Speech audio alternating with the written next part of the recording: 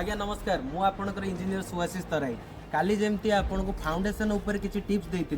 आज आपको एमती गोटे टिप्स दवा जाए जो थे कि आपंकर प्रति घर कंस्ट्रक्शन यही जिनसा भूल हबार बहुत चांसेस थाए सहीटा हूँ प्लिंथ प्लिंथ आम क्या कही था कम कौन आज से विषय में मुझे कहि प्लिंथ हूँ आपंकर घर गोटे स्ट्रक्चराल एलिमेंट जोटा कि आपंकर सब कलम को टाए कर रखी था प्लिंथ जदि आपंकर सठिक होती आप घर केवे क्रैक दिएनि बहुत नेग्लिजेंसी क्रैक हबार बहुत चांसेस कमी जाए एवं यार्डक्वाक कि सेटलमेंट हेले आपण घर वाल उपर किसी प्रेसर ही पड़ेनि प्लिंथ बीमटा सब रास्ता ठारू 2 फुट कि 3 फुट ऊपर रहिबा दरकार जहाद्वारा वर्षा पानी आपण घर को आसबनी कि कौन बात प्रोब्लेम हेनी आउ गोटे कथा पाखक आस देखिए प्लिंथ रे यूज कर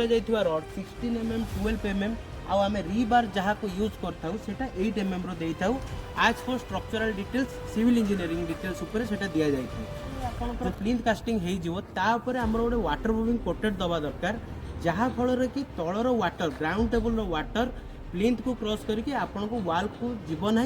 आउ आपणकर वाल सीपेज हेनी जहाँकि आम ओडिया कही था कांथ आमर लुणी खाईगला से जिनसा हेनी एमती भल भल जिन जाना सिविल इंजीनियरिंग मो चैनल को सब्सक्राइब करूँ। Thank you. जय जगन्नाथ।